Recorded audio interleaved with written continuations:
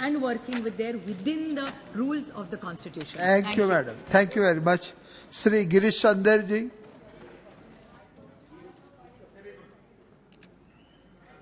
महोदय, आज मुझे संविधान सभा से अब तक 75वें वर्षों की संसदीय यात्रा, अब तक उपलब्धियां, अनुभव, स्मृतियां और सीख पर चर्चा में भाग लेने के लिए इस ऐतिहासिक दिन पर अवसर प्रदान किया। मैं आपका आभार व्यक्त करना चाहता हूं।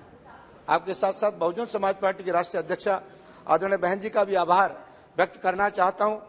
महोदय, आज हम धन्य हैं कि हमारे बीच बाबा साहब डॉक्टर भीमराव अम्बेडकर साहब का जन्म हुआ, जिन्होंने उस जमाने में अपने इस भारत देश में फैली कुरीतियां, भेदभाव, ऊंच नीच, सामाजिक, आर्थिक, शैक्षणिक विषमताओं को समाप्त करने के लिए जीवन के अपने अंतिम समय तक कार्य करते रहे। हमारे प्रदेश में तो एक कहावत भी है, जाके पैर न फटे बिबाई, सो का जाने पीर पराई। कहने का तात्पर्य यह है कि बाबा साहब ने स्वयं छुआछूत, ऊंच नीच और उत्पीड़न को सहा, जिसलिए उनको जब संविधान सभा में मौका मिला तो पिछड़ों, दलितों, महिलाओं के लिए संविधान में उन्हें हक दिलाने का काम किया। महोदय, लेकिन बाबा साहब अम्बेडकर साहब ने संविधान सभा की अंतिम सभा की बैठक में यह भी कहा था कि संविधान कितना भी अच्छा क्यों ना हो, लेकिन उसके मानने वाले लोगों की नियत साफ नहीं है तो संविधान कभी अच्छा नहीं हो सकता। बाबा साहब ने इस संविधान को लिखकर 1950 में जब बाबा साहब संविधान को सौंप कर निकल रहे थे, उस वक्त में कांग्रेस के अध्यक्ष आचार्य कृपलानी हुआ करते थे। तो आचार्य कृपलानी ने कहा कि अम्बेडकर तुम आज बहुत खुश हो। बोला हाँ, आज मैं बहुत खुश हूं क्योंकि मैंने इस देश के अंदर पहले राजा के देव परिवार में ही राजा पैदा होता था, मैं इस देश के अंदर भिखारी के परिवार में भी राजा पैदा करने की व्यवस्था मैंने संविधान में लिखने का काम कर दिया है। देश में राजा के घर में राजा पैदा नहीं होगा, एक गरीब परिवार में भी राजा पैदा होने की व्यवस्था इस देश के अंदर मैं लागू करने का काम करता हूं।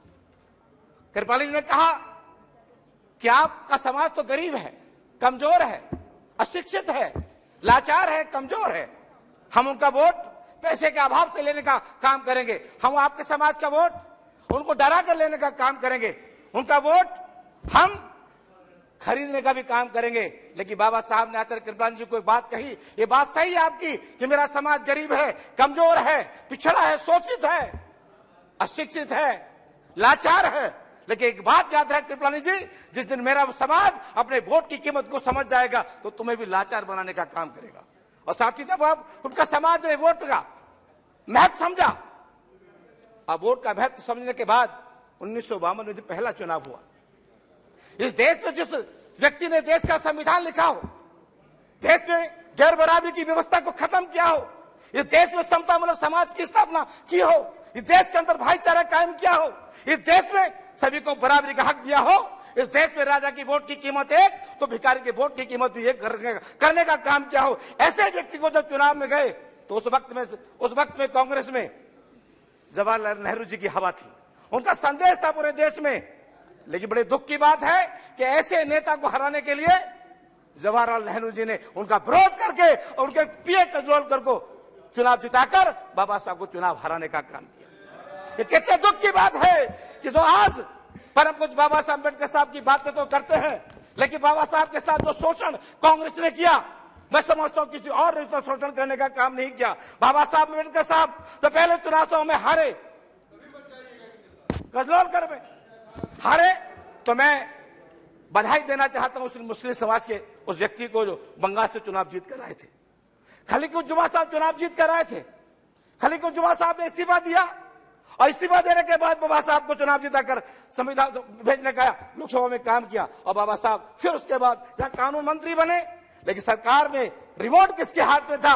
आज इधर के लोग बड़े रिमोट की बात करते हैं, लेकिन उस वक्त भी रिमोट किसके हाथ में था? कानून मंत्री थे। बाबा साहब चाहते थे देश के अंदर कि अगर पुरुष को प्रधान देश माना जाता है देश, पुरुषों को और अधिकार हो तो महिलाओं को भी पूर्ण अधिकार इस देश के अंदर मिलना चाहिए। ये बाबा साहब इस देश के अंदर हिंदू कोड भी लेकर आए और हिंदू कोड भी लाकर देश में उन्होंने व्यवस्था दी कि देश के अंदर महिला चपरासी बनेगी तो इस देश के अंदर महिला अधिकारी बनने का भी काम करेगी। ये देश में महिला प्रधान बनेगी तो देश की प्रधानमंत्री भी एक महिला बनेगी। ऐसी व्यवस्था परम पूज्य बाबा साहब अम्बेडकर साहब ने हिंदू कोड बिल में व्यवस्था देने का काम किया था। लेकिन दुर्भाग्य है उस वक्त की सरकार ने बाबा साहब को इतना परेशान करने का काम किया, उन्होंने अंत में आकर कानून मंत्री से इस्तीफा कांग्रेस को देने का काम किया। दुर्भाग्य की बात है। लेकिन साथियों, उसके बाद बहुजन समाज पार्टी के राष्ट्रीय अध्यक्ष इस देश में बाबा साहब ने आर्टिकल 340 में पिछड़े को 27% का आरक्षण दिया। 341 और 342 में SC ST को 15%, 7.5% का आरक्षण देने की बात कही। 1952 में सरकार बनी, बाबा साहब ने अनुसूचित जाति अनुसूचित जाति के लोगों के लिए तो आरक्षण दिलाने की व्यवस्था कर दी। जब उन्होंने पिछड़ों की बात कही तो कांग्रेस ने कमीशन काका कालेकर के नाम से कमीशन बनाने का काम कर दिया। आरक्षण देने की बात नहीं करी, जो 27% आरक्षण मिलना चाहिए था काका कालेकर की कमीशन बनाने का काम कर दिया। उसके बाद मंडल कमीशन को बनाने का काम कर। लेकिन 1989 में देश में फिर लोकसभा का 9वीं लोकसभा का चुनाव हुआ। उसमें बहुजन समाज पार्टी के राष्ट्रीय अध्यक्ष आदरणीय बहन कुमारी मैती जी, जिस जनपद से मैं चुनकर आया हूं, आदरणीय बहन कुमारी मैती जी उसी 89 में बहुजन समाज पार्टी की राष्ट्रीय अध्यक्ष लोकसभा 9वीं लोकसभा चुनकर आई। जब 9वीं लोकसभा में चुनकर आई उस वक्त में बीपी सिंह देश के प्रधानमंत्री बनने वाले थे। लेकिन उनके पास 3 वोटों की कमी पड़ रही थी, 3 सांसदों की कमी थी। मानव काशीराम साहब से बहन कुमारी मैती से आदरणीय बीपी सिंह जी मिले। उन्होंने कहा कि आप हमें 3 वोटों का समर्थन दे दो, पत्र हमें दे दो, इस देश के प्रधानमंत्री पे मैं पहुंच जाऊंगा। तो परम पूज्य बाबा साहब मानव काशीराम साहब ने कहा ठीक है। बोले इसके बदले कोई मंत्री ले लो, मंत्री पद ले लो। बोला मुझे मंत्री पद नहीं चाहिए, मैं चाहता हूं इस देश में मेरी 3 मांगे, अगर इस बात अगर आप मांगेंगे तो मैं आपको समर्थन पत्र दे दूंगा। कि बड़ी खेद की बात है कि कांग्रेस के इतने लंबे समय से इस देश के अंदर कांग्रेस की सरकार ने नाचने वालों को, गाने वाले को, खेलने वालों को तो भारत रत्न की उपाधि सम्मानित करने का काम किया।